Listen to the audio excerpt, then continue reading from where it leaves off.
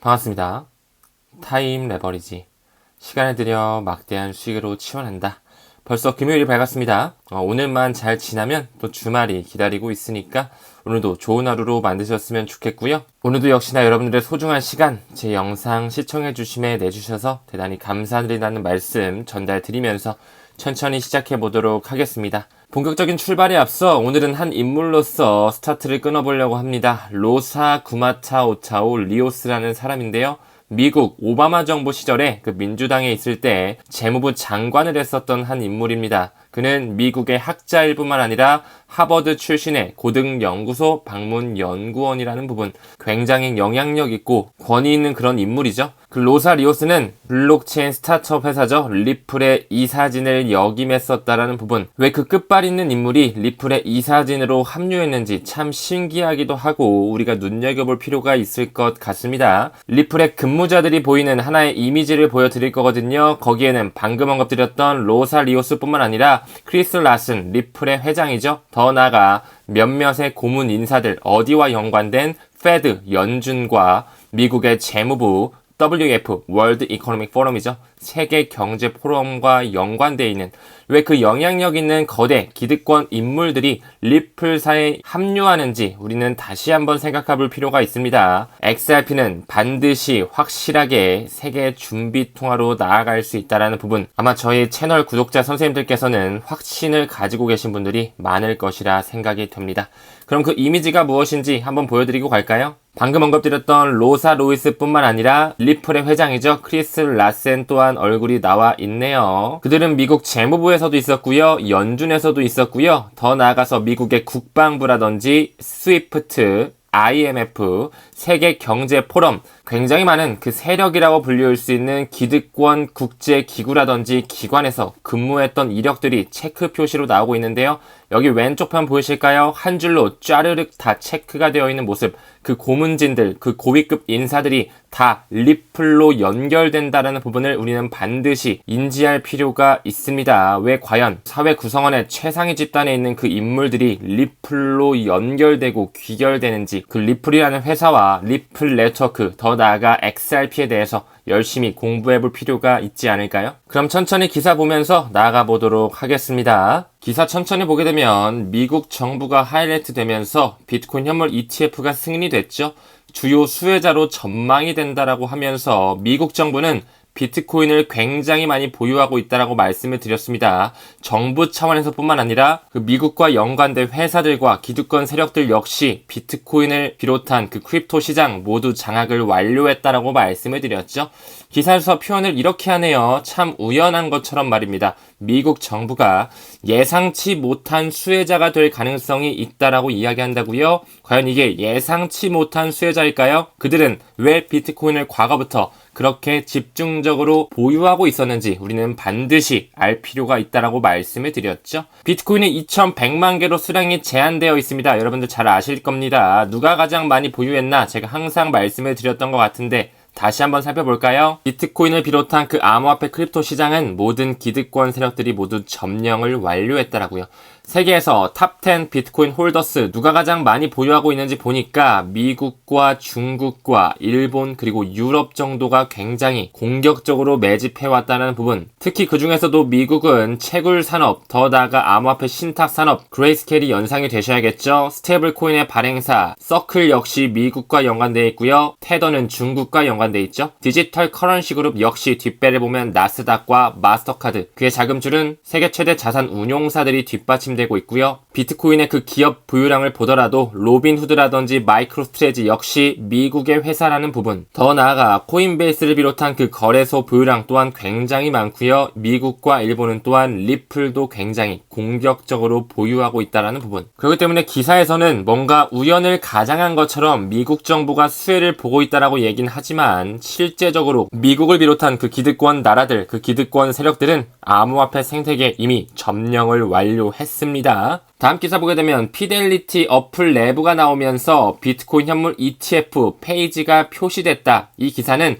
실제적으로 비트코인 현물 ETF가 승인되기 바로 직전에 올라왔던 기사거든요. 즉 피델리티 내에서 이렇게 티커가 공개됐다는 것은 이제 승인을 완전히 준비했기 때문에 우리가 어플리케이션을 업데이트하는 과정이야 라고 봐주시면 되겠죠. 벤야크라든지 아크인베스트가 보이는데요. 역시나 과거에 피델리티의 리플 XRP에 대한 ETP 지수가 잠깐 올라왔었다라는 걸 미루어 보았을 때 그들은 이미 오래전부터 이 설계를 완료했다라고 전달드려 볼 수 있을 것 같습니다. 정말 그 피델리티 인베스트먼트 플랫폼에 XRP에 대한 ETP 표면 조만간 나올 수 있다라는 그 가능성 열어두면서 우리는 수량에 집중할 필요가 있습니다. 그의 일환으로 스위스의 ETP 상품 제공업체 이 벨러에서는 작년 12월이죠. XRP의 ETP를 상장하면서 조금씩 XRP에 대한 명확성이 수면 위로 올라오는 모습을 보였었죠. 그 부분의 일환으로 비트코인 이후에 XRP 역시 ETF 상장 지수 펀드가 나오면서 지평선에 올라올 수 있다는 가능성 열어두고 있습니다. 이제 정말로 비트코인 현물 ETF의 상장이 완료됐으니 이제 오늘부터는 월가에서 본격 대비가 이뤄지면서 그 기관들의 자금이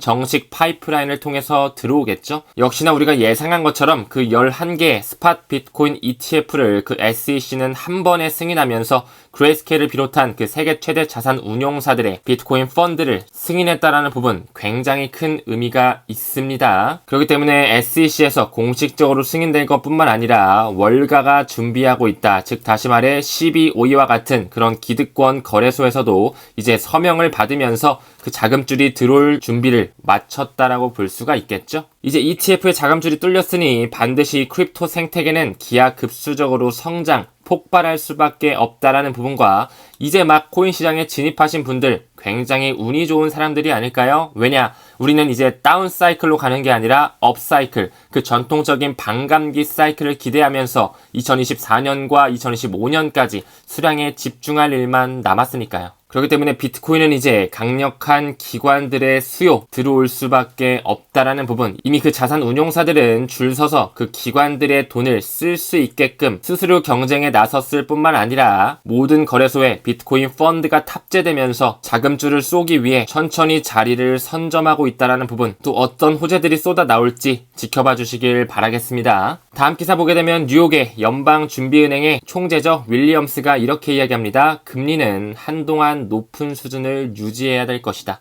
그런 부분의 일환으로 1월 말에 FOMC 회의가 있죠. 1월 31일 날 있는데요. 이 부분에 있어서 또 역시나 파월 의장이 나와서 어떤 이야기를 할지 지켜봐야 되겠지만 금리가 동결될 가능성 95.9% 현저히 높은 수치를 보여주고 있다는 부분, 그 일정을 보게 됐을 때 1월달과 3월달에는 동결로 갈 확률이 높아 보이고요. 5월달 더 나아가 6월달 정도 2분기 정도가 됐을 때 비트코인 반감기 정도가 됐을 때는 금리가 한번 내려가면서 경기 침체로 갈 수 있는 그 피벗 시점 반드시 추적할 필요가 있다라고 말씀을 드렸습니다. 그 부분의 일환으로 JP모건의 수장이죠. 제이미 다이먼이 이런 얘기를 합니다. 미국의 경제 골디락스 시나리오에 대해서 다소 회의적이다. 이 골디락스가 뭐죠? 영국의 동화에서 유래가 됐죠. 높은 경기 성장률을 기록하면서 물가 상승 압력이 거의 없는, 즉 다시 말해 이상적인 경제 상황을 뜻한다. 연착륙을 뜻한다라고 볼 수 있겠죠.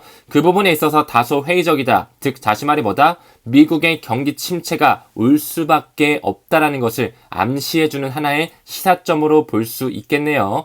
기사를 잠깐 보게 될까요? 나는 여전히 다른 사람보다 연착륙이 아닐 가능성이 높다. 천천히 가라앉는 게 아니라 굉장히 크게 급격하게 경기가 침체, 몰락될 수 있다는 부분, 즉 다시 말해 심각한 경기 침체일 수 있다는 부분에 우리는 초점을 맞출 필요가 있습니다. 마냥 좋아하기는 매크로 시장 환경이 너무나 안 좋기 때문에 골디락스 시나리오에 다소 회의적이라는 부분 참고적으로 봐주셨으면 좋겠습니다. 다음 트위터를 보게 될까요? 디지털 유로 컨퍼런스가 나오면서 2024년 2월 29일 날 있을 디지털 유로 컨퍼런스에 골드 스폰서로 어떤 CBDC와 연관된 블록체인과 연관된 회사가 들어갈까요? 우리는 반드시 이 친구가 안 들어가면 CBDC가 구현될 수 없다는 부분 또한 인지하고 있어야 되겠죠? 즉 다시 말해 그 유로화가 디지털화 되는 데에는 위해서는 반드시 리플의 분산 원장 기술이 필요하다는 부분. 그렇기 때문에 디지털 유로 어소시에이션의 그 주목할 만한 인물, 그 임원진들을 봤을 때 안토니 복지, 바로 CBDC 부문에 있어서 리플의 유럽 그리고 글로벌 파트너십 책임자가 들어갈 수밖에 없는 부분. 결론 한번 다시 짚고 갈까요? 스위프트 2.0을 구현하는 부분에 ISO 2002 메시징 표준이 들어가고 그 중심에는 리플 네트워크가 탑재되어 있다. 미국 연준뿐만 아니라 BIS뿐만 아니라 뱅크 오브 잉글랜드 영란은행뿐만 아니라 디지털 파운드 파운데이션 그리고 DEA 디지털 유로 어소시에이션 모두 연결돼 있다라고 말씀을 드렸습니다. 왜 여기에 HSBC의 책임자가 들어갔지? 액센추어 보이네, 서클이 보이네, 비자가 보이네, 스탠다드 차타드가 보이네. 지들끼리 고스톱 치고 앉아있구나. 우리는 반드시 그 기득권 세력들이 이미 판을 다 짜놨다라는 것을 인지할 수 있어야 됩니다. 그렇기 때문에 디지털 유로 어소시에이션, 그 디지털 유로 협회 공식 홈페이지에 들어가도 어떤 회사와 같이 가는지 천천히 보게 된다면 골드 회원으로서 제일 윗단의 리플사가 들어갈 수밖에 없다라는 부분을 의심할 여지가 없겠죠? 그렇기 때문에 이 CBDC, 중앙은행 디지털 통합 구현되는 부분에는 반드시 리플과 함께 그 4차 산업혁명의 시대가 올 수밖에 없다라는 부분 잘 알고 계실 거라 생각합니다. 다음 기사 보게 되면 일론 머스크 얘기가 나옵니다. 트위터 X에 P2P 결제 시스템을 구축하고 싶어한다. P2P라는 것은 피어투피어로서 중앙 서버를 거치지 않고 개인 간 결제할 수 있는 시스템을 구축하고 싶다. 어떤 토큰이 떠오르세요? 네, 도지코인 떠오릅니다. 저도 도지코인 투자하고 있고요. 적어도 트위터에서는 커뮤니티 토큰으로서, 트위터 내에서의 유틸리티 토큰으로서는 도지코인 또한 활용될 수 있다는 가능성 모두 열어놔야 되겠죠. 하지만 그 모든 핀테크 회사들과 중앙은행과 연결시키려면 무조건적으로 리플의 기술력이 들어갈 수밖에 없다. 리플의 유동성 허브의 작동 방식을 떠올려 본다면 반드시 트위터에도 리플사의 기술력이 접목되지 않을 수 없다라는 부분. 디지털 생태계를 구현하는 부분에는 리플사의 기술력과 그 기득권 세력들의 설계가 반드시 뒷받침되면서 구현되겠죠. 과연 다음 ETF 승인은 어떤 토큰이 될까요? XRP 가격에 대해서 비트루 측이 또 추측을 했는데요. 가격 정보는 좀 참고만 했으면 좋겠고요. 사실 ETF가 승인되기 전에 리플과 이 SEC와의 법적 싸움, 어느 정도의 전환점 시기가 먼저 도래해야 되지 않을까요? 그 부분의 일환으로 발키리의 투자 책임자가 이런 얘기를 하네요. 비트코인의 ETF 승인 후에 XRP의 ETF 또한 가능성이 있다라는 부분. 이더리움만 되는 것이 아니라 반드시 XRP도 규제의 명확성을 가져오면서 확실한 법적 테두리 내에 ETF가 승인될 수 있다는 가능성 열어두시길 바라겠습니다. 한 구독자님이 질문을 하시더라고요. 비트코인 다음으로 이더리움이 ETF 될 것 같은데 정말 XRP에 대한 ETF가 승인될까요? 승인될 수밖에 없죠. 시간이 문제일 뿐이겠죠. 하지만 여러분도 잘 아시다시피 XRP에 대한 ETF가 승인이 되기 위해서는 반드시 법적 소송의 마무리가 있어야 될 것이며 그 소송의 마무리로서 좋은 가격 형성이 나온 이유가 되지 않을까 이런 생각도 좀 전달 드릴 수 있을 것 같고요. 비트코인 다음에 이더리움 다음에 어떤 토큰이 ETF 상장될 수 있을까를 한번 생각해 봤을 때 굉장히 중요한 토큰들을 좀 몇 개 말씀드리자면 라이트코인 좀 말씀드리고 싶고요. 이더리움 클래식 말씀드리고 싶고요. 솔라나 마지막으로 에이다 정도가 또 후보군에 오르면서 뜨거운 감자가 될 수 있지 않을까 개인적인 생각을 전달드려 보겠습니다. 그럼 그 발키리의 투자 책임자는 왜 XRP의 ETF 가능성이 있다라고 했는지 면밀하게 살펴볼 필요가 있겠죠? 특히 이 발키리의 경영진은요, 그레이스케일이 디지털 대형 펀드, 라지캡 펀드에 XRP를 재진입시킨 것, 재도입한 것을 언급하면서 XRP 또한 ETF 상품으로 들어갈 수 있다. 사실 그레이스케일은 2021년도에 SEC 소송으로서 리플과의 관계를 끊었죠.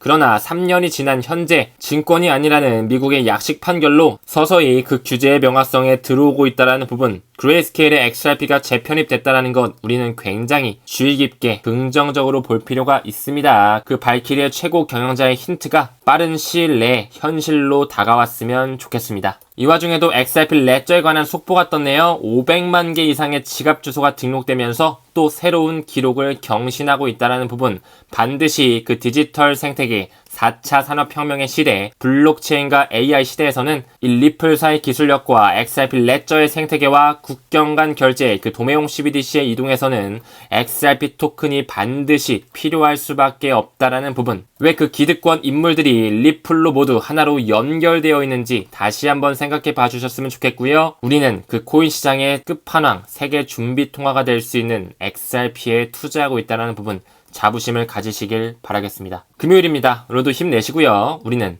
모든 면에서 점점 더 좋아지고 있습니다. 감사합니다. 성투합시다.